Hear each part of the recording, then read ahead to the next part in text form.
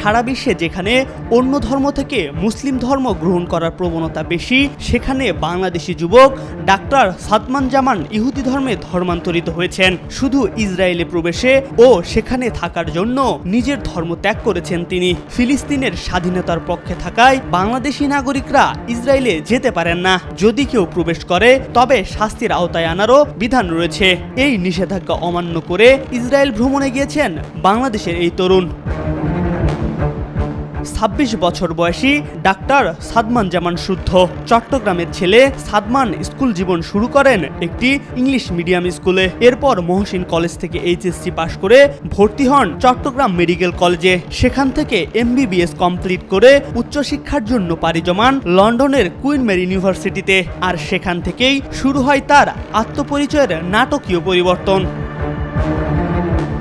Doctor Sadman নামের এই তরুণ গত বুধবার থেকে তেল আবিবে অবস্থান করছে।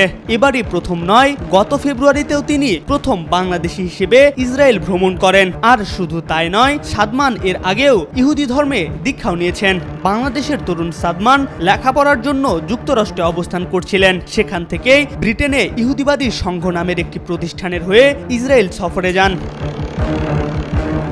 ইসরায়েলের সংবাদ মাধ্যম জেরুজালেম পোস্টের সাক্ষাৎকারে অংশগ্রহণ করে সাদমান জানান, মুসলিম সংখ্যাগরিষ্ঠ বাংলাদেশের মানুষের মধ্যে তীব্র ইহুদি বিদ্বেষ কাজ করে। এমনকি শিক্ষা প্রতিষ্ঠানের পাঠ্যক্রমেও ইহুদিদের সম্পর্কে নেতিবাচক কথা বলা হয়। সবচেয়ে ইহুদি বিদ্বেষী দেশগুলোর মধ্যে বাংলাদেশ অন্যতম বলে উল্লেখ করেন তিনি। সাদমান জানান, তার বর্তমান বাসস্থান ব্রিটেনেও ইহুদি ও ইসরায়েল বিরোধী, কিন্তু ইহুদিদের সাথে পরিচিত হয়ে তার খুবই ভালো লেগেছে।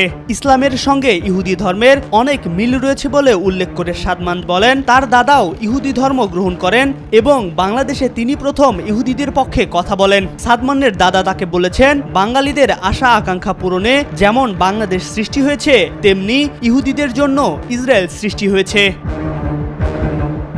12 বছর বয়সে সাদমান ইহুদিবাদের দিকে ঝুঁকে পড়েন। আর এই বিষয়ে তিনি পরিবারের কাছে পূর্ণ সমর্থন পান। বিভিন্ন সময়ে তার দাদা দেশের বাইরে থেকে ইহুদিবাদ সংক্রান্ত বিভিন্ন বই নিয়ে আসতেন। সাদমান জানান, তার লক্ষ্য বাংলাদেশ ও ইসরায়েলের মধ্যকার সম্পর্ক উন্নয়ন করা। কিন্তু ইসরায়েল ভ্রমণের পর বাংলাদেশে প্রবেশে তার উপর নিষেধাজ্ঞা আরোপ করা হয়েছে বলেও জানান এই তরুণ।